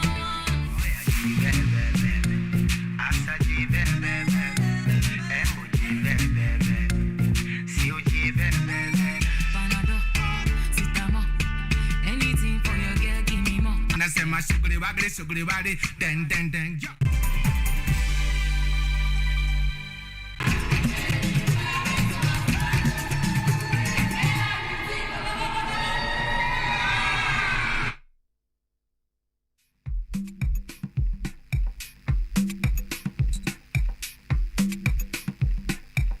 Welcome back, ladies and gentlemen. You are watching Art and Culture Monday. My good name is Karen Blessing, and we are wrapping up because we are in the last 30 minutes of the show, and we are doing well because hatuwezi toka hapa kama hatujakupatia form. You know, what to do over the weekend, what to do over the next 1 month. That is on our art calendar. But before we do that, there is still a lot of you that are talking to us. Miriam Juki anasema enjoying the show as always. Thank you very much. Tabloid Smith again alitoka YouTube akaingia pale Facebook anasema fantastical, wonderful programming today. Thank you very much. Valerie Molo is saying such an informative and interactive show. Karen Blessing, thank you very much. We appreciate you being here and you being with us. We want to move on to our art calendar, the March promised art calendar, and we want to start with International Women's Day because that is going to be happening on the 3rd of March. International Women's Day is going to be going down on the 3rd of March, of course, that is going to be in the course of this week. But we are having something for you. That poster right there. 3 female acts from Kenya and Reunion Island on stage to launch the International Women's Day festivities. Vital voices for gender equality and an elegant blend of African contemporary, ethno groove and Afrofusion music. This will be going down at the Alliance Francaise. The entrance is free. All right, so if you want to listen to beautiful women, strong women, women with opinions on gender equality, you have this one at the Alliance. Time is from 7 p.m. on the 3rd of March, okay? Celebrating International Women's Day. So neza shinda hapa na pale, 7 p.m. tukutane Alliance, and we will be enjoying this. Also, we are moving on. Let's move on to the 29th of April 2023, and we are talking about Your Highness Poetry EP launched. Yes, this is our live our art calendar number 2. Your Highness Poetry EP launch. This is going to be going down at the National Museum's main library. Okay, gates will open at 1:30 p.m. Show starts at 2:05 p.m. and the charges, early bird tickets are going for 1,000 bob and the last minute tickets are going for 1,500 bob, and you can get your tickets at Tico Hub. Okay, this you will be enjoying the partnership of the Writers Guild as well as the National Museums of Kenya, of course, where the event will be, but you should be looking out for this one. We are also going to be hosting her in a bit in the next Monday. We are going to be having her on set, so stick around for that one. We are going to be enjoying it together. Moving on, we move to a book launch. These Words, which is an anthology of poems by Professor Kivutha Kibwana. Yes, ladies and gentlemen, the book is called These Words, and it is an anthology of poems. This is going to be going down on Tuesday, March the 21st, 2023. All right? Time is from 2 p.m. to 5 p.m. at Ufungamano House. This is Mamlaka Road. Entry is just 2,000 bob, which is inclusive of a book and refreshment.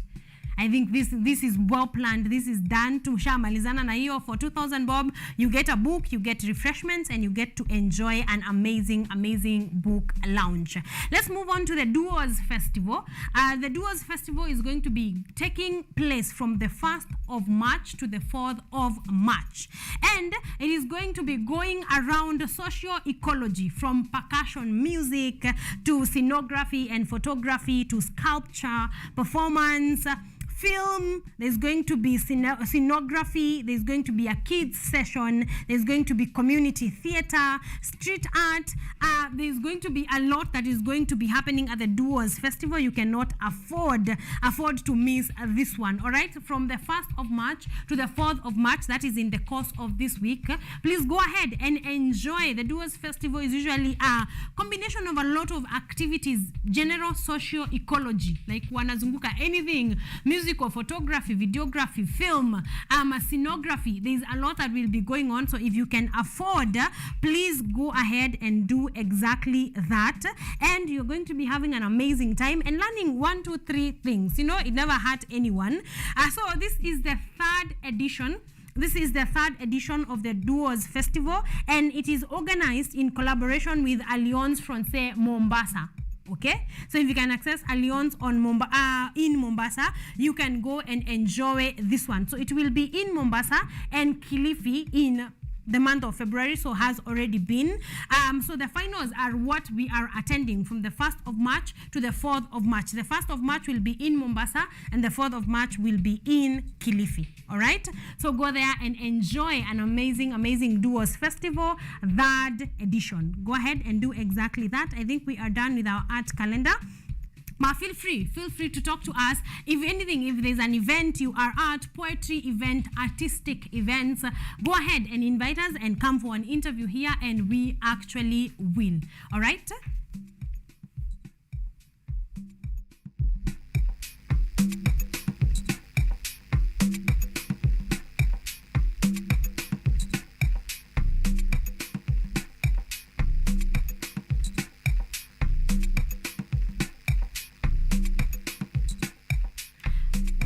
Welcome back, ladies and gentlemen. Now that we have given you Matters Art and places you can go to attend in the next month, you can go ahead and do exactly that. Today, we have been looking at the El Molo community, which is the smallest tribe in Kenya. We said that there are about 560 people under 1K.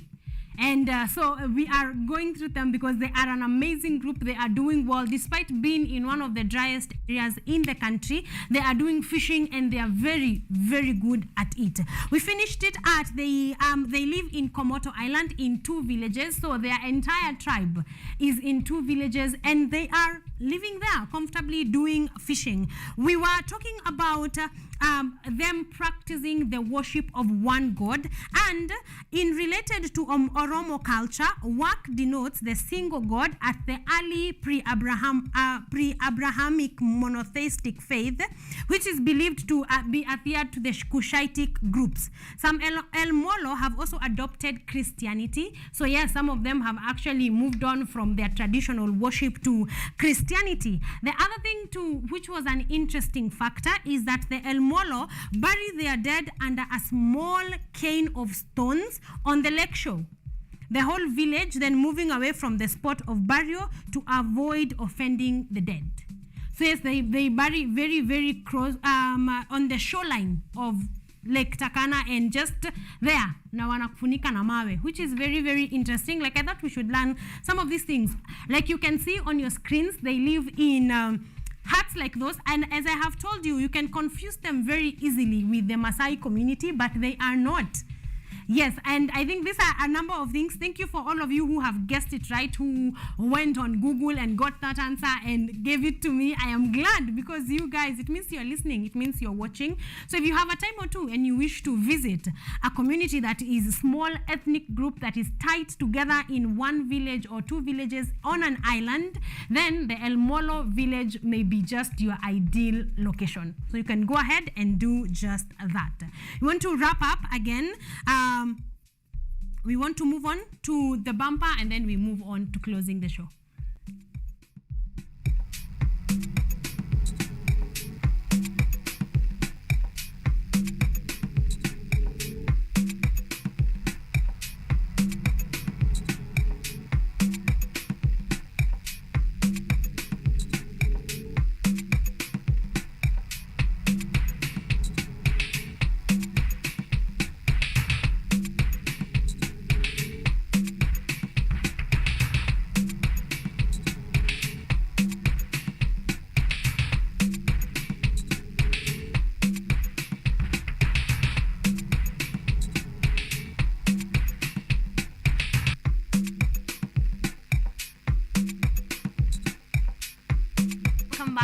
Ladies and gentlemen, we have had a good run for Art and Culture Monday. Of course, we started kama kawaida with our topic of conversation, and today we're just talking about knowing Kenya, knowing the tribes, knowing the communities that are there, and we have talked extensively on the El Molo community, which is the smallest tribe in Kenya.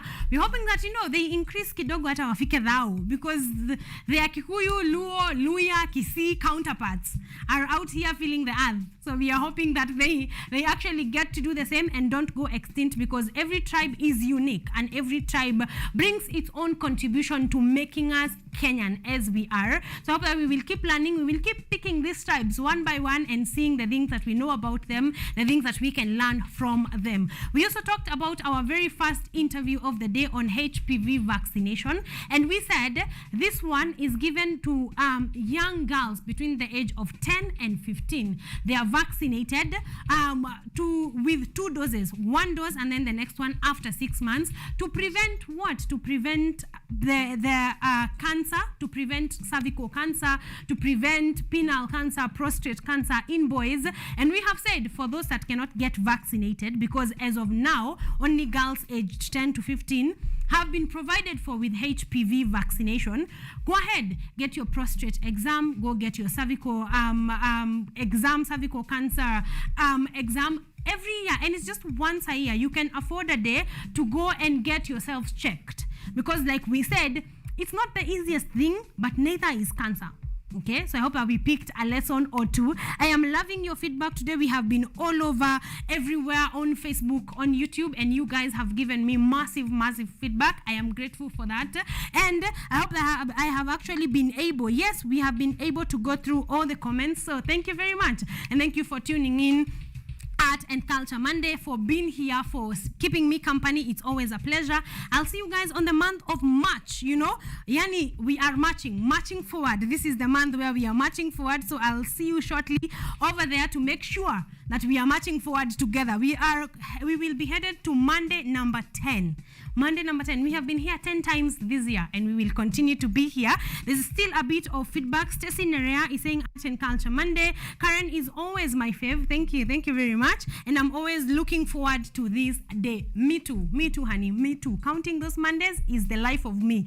Anasema El Molo, smallest group in Kenya, new thing learned. Thank you, Tik. We are here to learn, and while we are learning, to have some fun. All right, so thank you very much for joining me. It's been a pleasure. I'll see you guys next Monday, same show, same time, same amazing face. Mwah.